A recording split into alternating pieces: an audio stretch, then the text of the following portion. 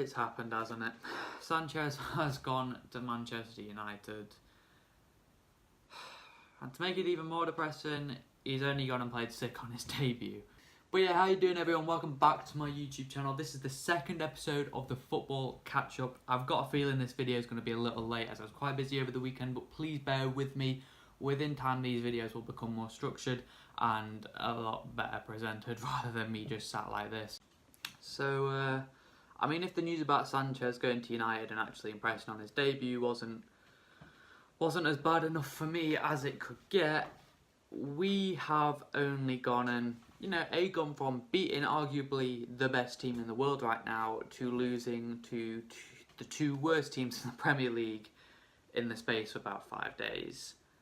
Now, if that doesn't say Liverpool, what does? That is literally what Liverpool FC is right now, or has been for the past good few years. I think obviously after watching the Swansea game in particular and how frustrating it was to watch in the lack of creativity, and then just how poor Mignolet was in general as well, I think it just shows how much we really needed to spend this Coutinho money in January.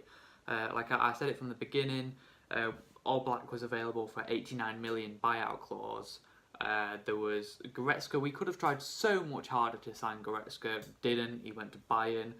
I think Leipzig were asking for around between 15 and 17 million to bring Keita in early. I'm sorry, but we've got 142 just from Coutinho. Why couldn't we have then just spent 15 or 17 to bring in Keita early? Someone that would literally completely change the squad, because the creativity in the midfield right now, or at least against both Swansea and West Brom, was shocking. It's non-existent. And I wish I could literally just flip out and show the anger that I have done, but it's literally getting to the point where I'm not angry, I'm just disappointed. I'm just so fed up with the same old shit week in, week out against the teams that we just should be beating. We'll go and smash a fucking huge club 6-0, not 6-0, but you get the idea. But yeah, we lose to teams like Swansea, and it's like we literally we play as well as the opponents we face. So if we played for example Man City, we will play to the ability of Man City's players, but then it's we're playing against Swansea, we're not going to try as hard, we're going to play to their ability, almost to make things easier for them, or to even the game out, which is just pathetic. And speaking about the West Brom game, and obviously the FA Cup in general, I think this weekend showed a lot of games, well not quite a few games, whereby it's just a good example of why we're not ready for VAR yet. And I'm not going to go on about that again in this video. I'm going to make a completely separate video on that, whether you guys want to see it or not, because I just want to make the video. I don't think we're ready for it. I think that it takes too long, it destroys the fluidity of the game. Relating back to the Sanchez topic, if we talk about Arsenal went and smashed Crystal Palace 4-1 for their first game after losing him.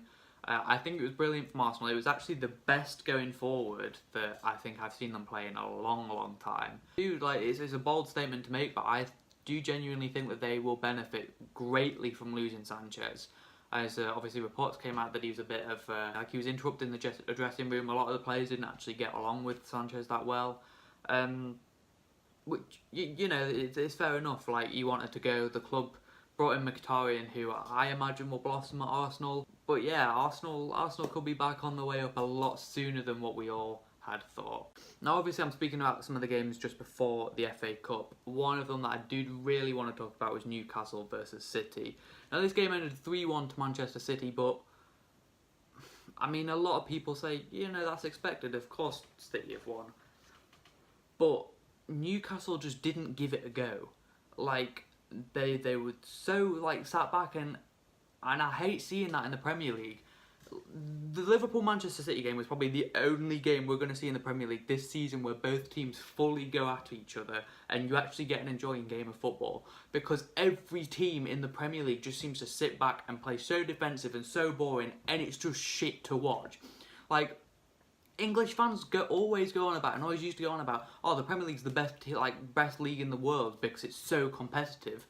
that is being flushed out of the Premier League now, like absolutely flushed out of it, because it's boring. Almost every single game is so boring, just purely because both teams don't attack. There's always going to be one team that will just sit back and defend for their lives, and that's what Newcastle did against Manchester City, and they were punished so badly for it. Everyone's expecting you to lose. Everybody is expecting you to go out and lose. So why not at least give it a go? At least attack City. Look what we did. We have an absolutely shambolic defence. We went and attacked City. We beat them. Why can't anyone else do that? Like, Newcastle, like, don't get me wrong, I know they don't have the players going forward that Liverpool do, but again, they were expected to lose that match. What they've done is what they were expected to do. They could have at least gone out and given it a good go, like, and lose, you know, lose 5-1, but give it a good go. Actually try and beat City, and who knows, that's where you get the results. You're never going to get a result out of a team like City if you just sit back for the entire game. And it's literally getting to the point where, why should I want to watch other games in the Premier League? Like, why? Literally the best thing about being a Liverpool fan is that you know every game is at least going to be entertaining and you're at least going to see goals. But why should I watch any other game in the league when it's literally so fucking boring, unless you watch City or Liverpool? No one else gives it a go, or Arsenal for that matter. Like, Arsenal have always been good going forward. I think we all know that. And hopefully with, obviously, the signing of Mkhitaryan coming through as well, replacing Sanchez, they can kind of retain their form, bring that back, and be the exciting Arsenal that we all know and, I guess, love. Moving into the transfers section part of the video, as I think I've covered most of the big games anyway that have gone on over the past 2 weeks. Arsenal have offered 50 million for Aubameyang. It's rumoured that Borussia Dortmund are willing to accept 60. But obviously the last offer from Arsenal was for 50, and we still don't know to this stage whether they're going to pay the full 60 or not. I think they'd be stupid not to. Again, like I said in the last video, I think Aubameyang is a little bit of a panic buy from Arsenal, as I think they needed someone in behind. However, Mkhitaryan is able to play that role. He can kind of play like a number 10, operating forward, you know, kind of like given the freedom to play left, right and middle. I think that could be good for Arsenal, as well as obviously him linking back up with Aubameyang, and if they can rekindle that form that they had together at Dortmund, it could be quite scary to come against Arsenal for the rest of the season. And who knows, maybe their Champions League dreams are not over yet. There was various reports around the time that Sanchez was leaving to before Sanchez actually made the move to Man United about Ozil following him. The odds of that have now been slashed. It doesn't look like he's going to be going anywhere. It looks like he's going to be sticking to his guns at Arsenal and committing his future to the club, which I don't blame him. I think Arsenal could now be looking positive. And I think you could always kind of tell that Ozil was more invested in the club than Sanchez was anyway.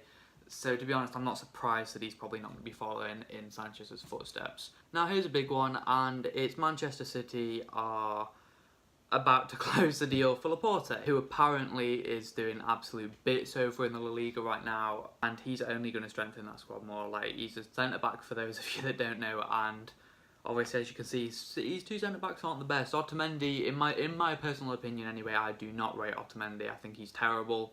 And in terms of John Stones, I think he's a lot better than what he was last season, but I still don't think he's quite there. The City definitely need to bring in a centre-back, and Laporte seems like the guy. It seems like they're just about to close the deal. I mean, they're just doing really what they want at the moment, aren't they? As well, in the transfer news, Arsenal seem very close, or the favourites anyway, to be signing centre-back Johnny Evans from West Brom. Don't get me wrong, he'll be an improvement, in their team. He will improve it. However, the way that clubs are going about trying to sign Johnny Evans, and the way that the media's covering it, everyone's acting as if he's this, I don't know, this 22-year-old promising young centre-back. I feel like people are forgetting that he's actually 30 years old, and he's always just been okay. He's never been brilliant. He's just a good centre-back. He'll just do the job. And he hasn't got long left in the tank, but yet people are I think it's rumoured for about 20 million that you could go for.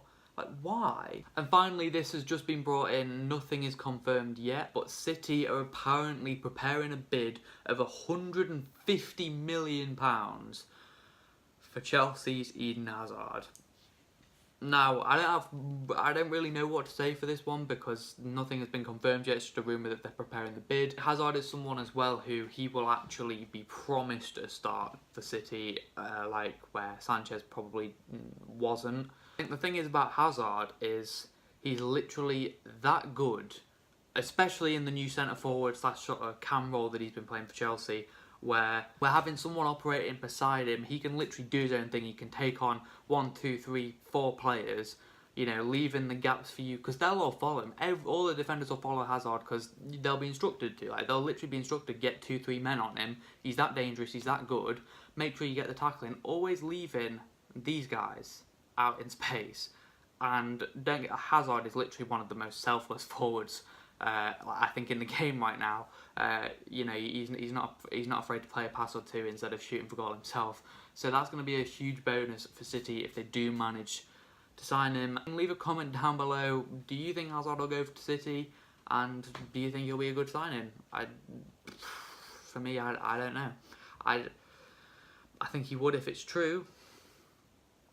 I think Chelsea will have to do a lot to keep him. And I mean, he'll certainly be a good signing, won't he? But that's just my opinion. You guys could have other opinions, and I would like you to share them with me in the comments, as I do really want to interact with people watching the videos, as it will be nice just to, I guess, like, know who's watching these. Finally, in other news, this is also relating to Alexis Sanchez, but Motherwell FC created this signing video or announcement video for one of their players, and they did it in the style of the Alexis Sanchez video, and I have to share this with you guys because it is, to be honest, it is so funny. So yeah, here we go.